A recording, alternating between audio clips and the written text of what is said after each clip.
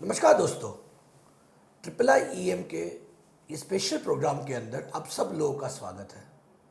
जैसे कि आप सब लोग जानते हैं, IIIEM का डे 1 से उद्देश्य रहा है कि ज़्यादा से ज़्यादा लोग एक्सपोर्ट इंपोर्ट इंडस्ट्री में आए और एक्सपोर्ट इंपोर्ट को जाने, और जो गवर्नमेंट की अलग अलग स्कीम्स है, जो गवर्नमेंट के बारे में जागरूकता नहीं है लोगों को, उसको लेके हम लोग उनको अवेयर करें।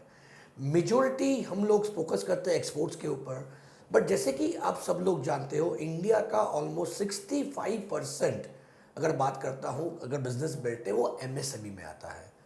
तो उसको फोकस करके हमने एक स्पेशल प्रोग्राम किया है कि जिसके अंतर्गत हमने इनवाइट किया है श्री दिनेश अमीन जी को, जो ऑलमोस्ट 36 ईयर्स तक कमिश्नर थे, जॉइंट कमिश्नर थे इंडस्ट्री डिपार्टमेंट गुजरात के अंदर। Was taking care for the MSME department.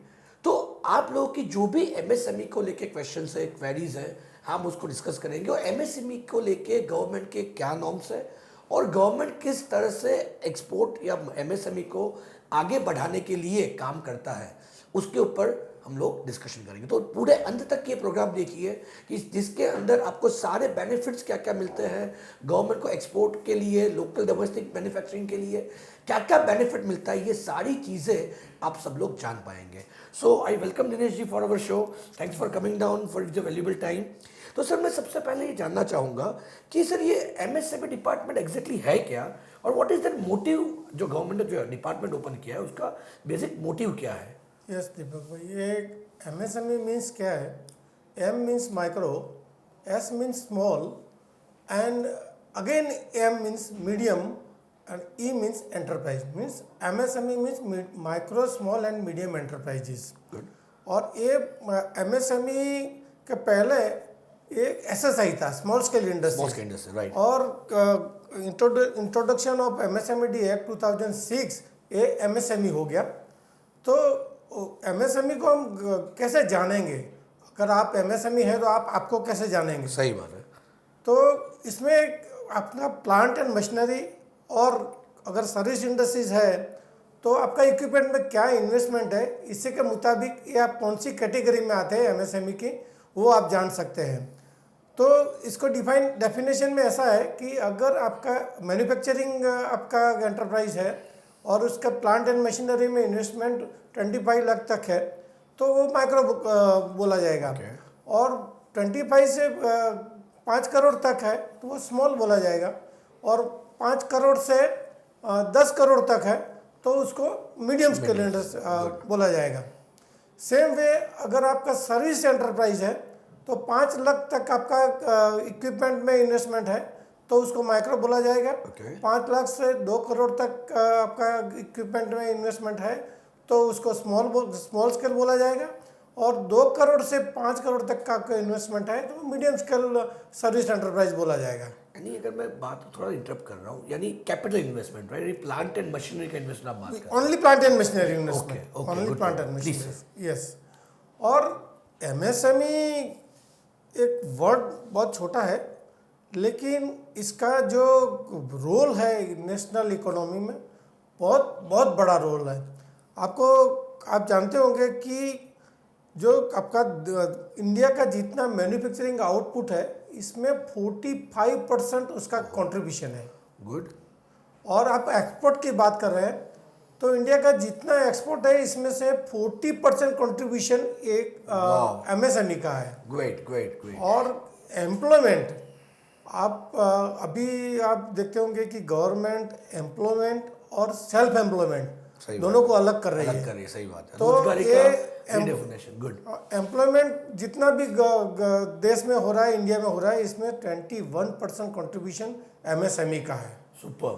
तो आप देख सकते हैं कि ये एमएसएमई है, उसको इग्नोर नहीं किया जा सकता है, लेकिन उसको मोटिवेट गवर्नमेंट करती है। उसका प्रमोशन के लिए बहुत सारी स्कीम उन्होंने इंट्रोडक्शन किया हुआ है।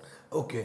सो जैसे आपने बताया कि ऑलमोस्ट आपने बताया कि 40% एक्सपोर्ट के अंदर शेयर जो है वो एमएसएमई का है। और मैं अगर मान रहा हूँ कि एमएसएमई के अंदर मेजोरिटी छोटे छोटे प्लेयर्स होंगे, जैसे आपने बताया कैटेगरीज बताई कि 25 लाख हो गया, 5 करोड़ हो गया, 10 करोड़ के नीचे हो गए।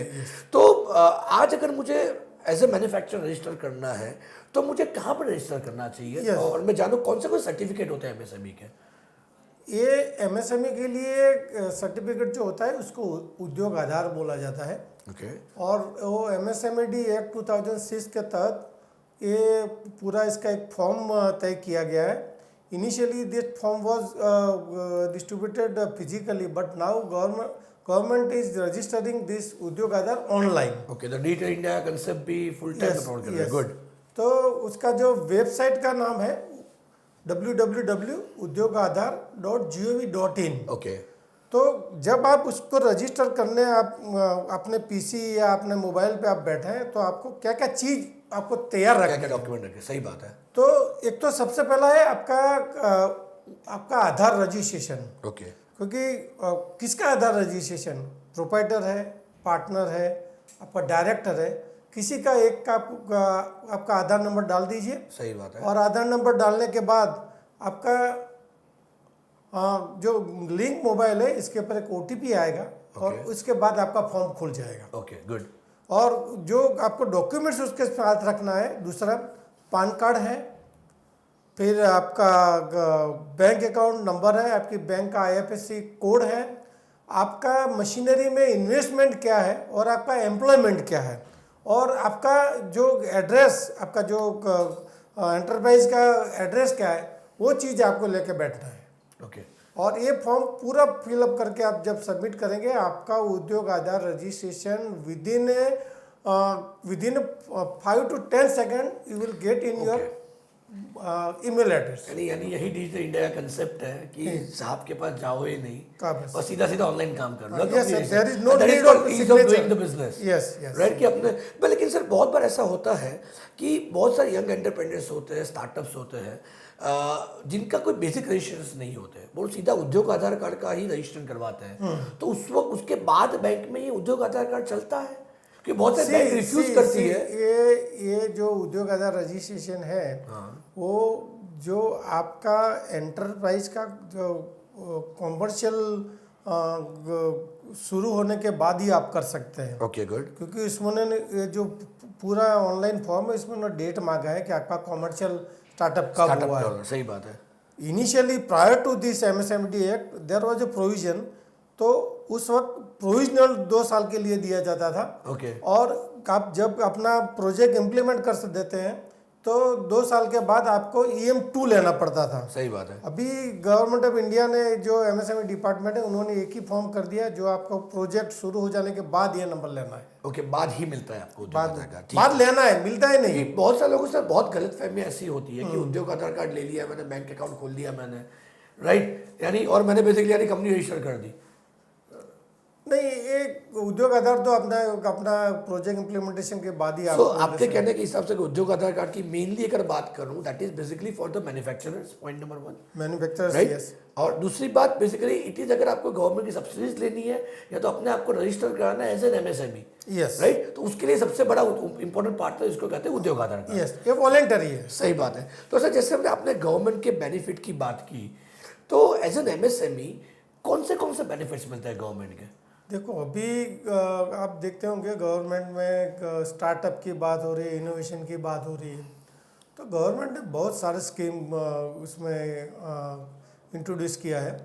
अभी मैं स्टेट गवर्नमेंट की बात करूं तो स्टेट गवर्नमेंट ने जो एमएसएमई नया स्टार्ट होता है या अपने एग्जिस्टिंग एमएसएमई है वो एक्सपांसन कर रहा है या तो फिर मॉडर्नाइजेशन न्यू टेक्नोलॉजी का अडॉप्ट करके कर रहा है, तो उनके लिए कैपिटल यानी इंटरेस्ट सब्सिडी का एक प्रावधान किया गया है। सही बात है। तो अपना इसमें जो भी एंटरप्रेन्योर है अपना एमएसएमई प्रोजेक्ट कहाँ डालेगा, मतलब कि आपका लोकेशन कहाँ होगा, whether it will be in city area और आउटसाइड द सिटी एरिया। सही है। तो अगर आपका सिटी एरिया में है तो आप जब भी कोई एमएसएमई स्टार्ट करने के लिए ये बेनिफिट लेने के लिए आपको कोई भी फाइनेंशियल इंस्टीट्यूशन से टर्म लोन लेना जरूरी है। सही बात है। विदाउट हैविंग टर्म लोन आपको ये बेनिफिट नहीं मिल सकता, क्योंकि कैपिटल सब्सिडी एंड इंटरेस्ट जब भी लगेगा जब आप लोन लेंगे। तो ये लोन लेने के बाद आपको आपका जितना भी टर्म लोन का अमाउंट है इसका सिटी में है तो 10% और 15 lakh which ever is less okay आपको कैपिटल सब्सिडी मिलेगा।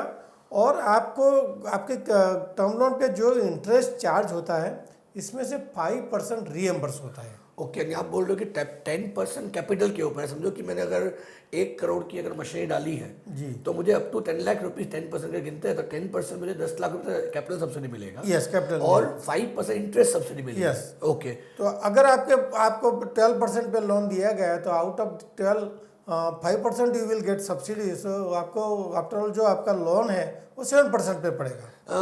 बट से मैं जानना चाहूँगा, जैसे आपने बताया 10% कैपिटल सब्सिडी मिलती है, तो क्या वो मुझे कैश फॉर्म में आती है या किस तरह से कैपिटल सब्सिडी मिलती है? कि बहुत सारे लोगों को एक डाउट होता है, उनको ऐसा लगता है कि मैं लोन ले ली, मेरे अकाउंट में 10% आ जाएंगे, क्योंकि आजकल ये ऑनलाइन बैंकिंग डायरेक्ट खाते वाला बहुत सारा चल रहा है। नहीं, ये प्रोसीजर है, ऑनलाइन प्रोसीजर है। गुजरात सरकार ने एक वेब डेवलप किया है for all the correspondents, not only this interest and capital subsidy.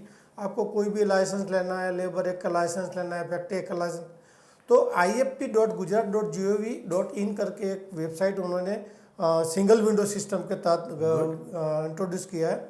और उसी के आप रजिस्टर्ड होके आप इसमें अप्लाई करना है ऑनलाइन। Okay. और ऑनलाइन अप्लाई करने के बाद उसका वन टाइम इंस्पेक्शन होता है। वो इंस्पेक्शन होने के बाद जो आपका एक्चुअल इन्वेस्टमेंट है उसी के मुताबिक आपका कैपिटल सब्सिडी और इंटरेस्ट सब्सिडी पहले इंस्टॉलमेंट में डायरेक्टली आपका अकाउंट में इलेक्ट्रॉनिकली पेमेंट हो जाता है। Okay, good. और तकरीबन अगर मैं जानना चाहूँ, जैसे आपने बताया कि ऑनलाइन अप्लाई करना है, ऑनलाइन अप्लाई करने के कितने टाइम के बाद मैं एक्सपेक्ट करूँ कि मुझे सब्सिडी मिल सकती है? ये ऑनलाइन अप्लाई करने के बाद इसमें दो उसका प्रोसीजर है। पहले तो आपने लोन ले लिया, आपने प्रोजेक्ट स्टार्ट नहीं किया है, ओके, लेकिन आपने लोन लेने के सैंक्शन होने के बाद आपका जो पहला डिस्बर्समेंट होगा उसका 1 साल के अंदर आपको अप्लाई करना है। ओके, यानी अगर मैंने लोन सैंक्शन करवाई और उसका जो पहला डिस्बर्समेंट लिया मैंने, प्लान पहले पास करवा लिया, सब कुछ करवा लिया, नहीं पहला समझो कि 1 करोड़ का लोन लिया, 20 लाख में डिस्बर्स करवाया, तो मुझे अप्लाई कर देना है वो, ठीक है? उसके 1 साल के अंदर अप्लाई करना है, विदिन 1 ईयर। ओके, तो उस वक्त तो आपका प्रोजेक्ट स्टार्ट नहीं होगा, सही बात है, तो वो आपको रजिस्ट्रेशन मिल जाएगा। ओके, इसके बाद आपका प्रोजेक्ट जब कंप्लीट हो जाता है, आपका लोन पूरा डिस्बर्स हो जाता है, तो आपको आपका क्लेम पहले 6 महीने के लिए आपको फाइल करना है। ओके, और वो क्लेम फाइल करने के बाद आपका जो प्रोसीजर है वो स्टार्ट हो जाएगा।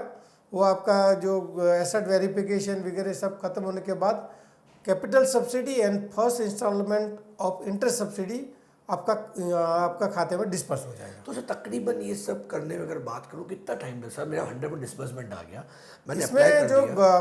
टाइम जो तय किया गया है वो 60 डेज किया गया है। ओके, यानी विथिन 2 मंथ्स उनको कंपलसरी कर देना है। यस। Okay, okay. तो मैं ये एक चीज़ जानना चाहूँगा, क्योंकि बहुत बार ऐसा होता है, गवर्नमेंट डिपार्टमेंट से काम करते हैं तो we usually have a mindset कि भाई वो जल्दी सेक्शन नहीं होता है, क्या नहीं होता है, बिकॉज आप सर इंडस्ट्रियल कमिश्नर रहे हैं, जॉइंट कमिश्नर रहे हैं, तो सर आपके हिसाब से आपने बहुत सारे केस ऐसे देखे होंगे, तो मेजोरिटी केस में क्या रीज़न होता है जिसके कारण सब्सिडी पर डिले होता है? मेजॉरिटी केसेस में डिले में मतलब जो उनको ये जब ऑनलाइन एप्लीकेशन करता है उसको फिर जो फिजिकल कॉपी जनरेट होती है उसको सर्टिफाई बैंक का सर्टिफिकेट है, इसमें होता है चार्टर्ड अकाउंटेंट सर्टिफिकेट होता है, ओके, तो और उनका जो मशीनरी का स्टेटमेंट है वो होता है।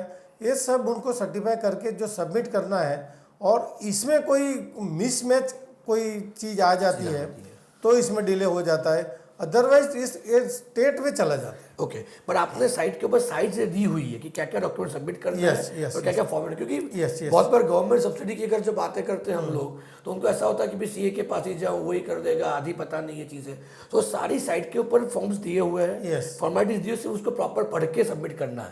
उस पर शायद अगर डिले होता है तो डिले होने के चांसेस हो सकते हैं। तो सर इसमें एक प्रोविजन ऐसा भी है कि आपका you can track your application. Oh that's good, that is very important. Initially आपको आपका आईडी और पासवर्ड मिलता है, तो आपका जो स्टेटस क्या है आपका एप्लीकेशन का प्रोसेस में, that you can track it. Okay super, वो सबसे ज़्यादा जरूरी है कि ट्रैकिंग नहीं होगा तो समझ में नहीं आता है कितने टाइम में पास होना है।